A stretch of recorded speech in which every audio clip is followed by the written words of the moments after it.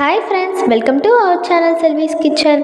இன்றைக்கி நம்ம சேனலில் புளிச்சக்கீரையை வச்சு ஒரு கடையில் எப்படி பண்ணுறதாங்க பார்க்க போகிறோம். ஃபர்ஸ்ட் நம்ம நல்லா இந்த கீரையை அலசி எடுத்துக்கலாம். அலசி எடுத்த கீரையோட தண்ணி சேர்த்து வேக வச்சு ஒரு மத்து வச்சோ இல்லைனா இந்த மாதிரி கரண்டி வச்சோ நல்லா கடைஞ்சி விட்டுக்கோங்க.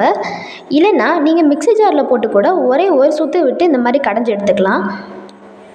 கீரை இந்த மாதிரி நல்லா கடைஞ்சி எடுத்துக்கலாம். இப்போது ஸ்டவ்வில் ஒரு பாத்திரம் வச்சு அது நல்லா காஞ்சதும் அதில் கொஞ்சமாக நல்லெண்ணெய் சேர்த்துக்கலாம். எண்ணெய் நல்லா சூடானதும் கொஞ்சமாக கடுகு உளுந்து சேர்த்துக்கலாம். கடுகு உளுந்து நல்லா பொரிஞ்சதும் அதில் ஒரு சிட்டிகை அளவு வெந்தயம் சேர்த்துக்கலாம். இதோட காரத்துக்கு தேவையான காஞ்ச மிளகாயை சேர்த்துக்கலாம். ஏன்னா இதில் நம்ம வேறு மசாலா எதுவும் போட போகிறதில்ல, ஸோ காரத்துக்கு இது மட்டும்தான் சேர்க்க போகிறோம்.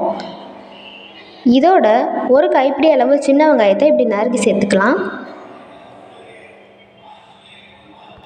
இது எல்லாத்தையும் நல்லா வதக்கிக்கலாம்.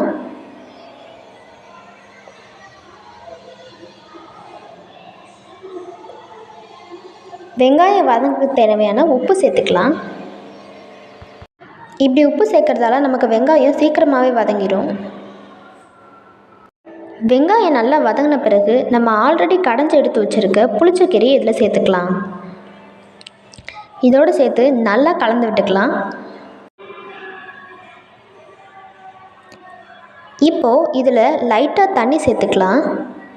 தண்ணி சேர்த்து நல்லா கலந்து விட்டுக்கலாம். அடுப்பை சிம்லேயே வச்சு கொதிக்க விடலாம்.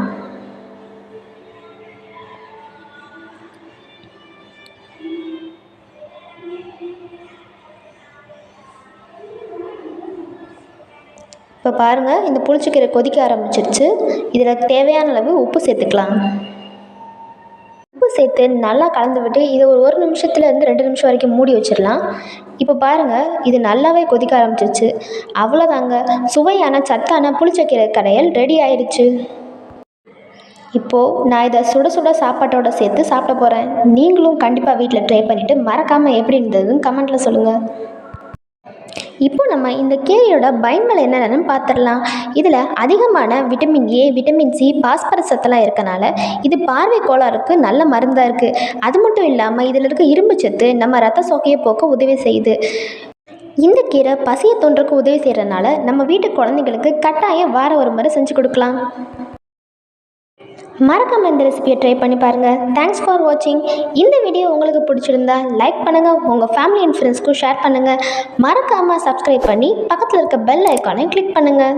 அடுத்த வீடியோவில் சந்திக்கிறேன். பாய் பாய்.